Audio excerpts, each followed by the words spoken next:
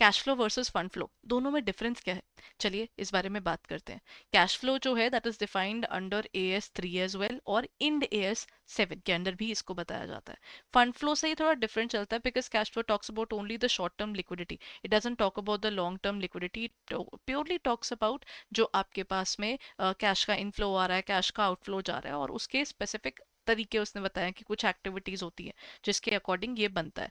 जबकि working capital को देखने वाला हमारा फंड फ्लो है, मतलब working capital is daily capital जो आपको वर्किंग के लिए चाहिए होती है, यानी आपकी रेगुलर वर्किंग के लिए current assets minus current liabilities, तो ये जो है वर्किंग कैपिटल। और दूसरा इसका जो पॉइंट बनता है ना, जैसे हम बैलेंस शीट नहीं बनाते थे वैसे ही इसमें एक स्टेटमेंट बनती है, उसको हम कहते हैं sources and application of funds, कहाँ से पैसा आया है और कहाँ वो लग रहा है। So you can see this a starking difference between the two. Cash flow बहुत डिफरेंट चलता है, वो कैश की मूवमेंट देख रहा है, जबकि हमारा फंड फ्लो उसके अकॉर्डिंग नहीं चलता। फंड फ्लो आपका अक्रूवल कंसेप्ट पर चलता है, कैश के कंसेप्ट पर नहीं चलता। तो इसका अगर हम मोटा मोटा डिफाइन करें तो ये चीज होती है कि जो कैश है, कैश फ्लो है, वो कैश की पोजीशन को फोकस करता है, और फंड फ्लो जो है वो वर्किंग कैपिटल की पोजीशन पर फोकस करता है। सिर्फ वर्किंग कैपिटल नहीं है, sources and application of funds को भी देख रहा है, और साथ ही साथ ये अक्रूवल बेसिस पर है, दैट्स वाई ये लॉन्ग टर्म प्लानिंग के लिए इसका ज्यादा इस्तेमाल होता है। जबकि कैश फ्लो आपका, क्योंकि कैश की मूवमेंट्स को कर रहा है फोकस, तो उसका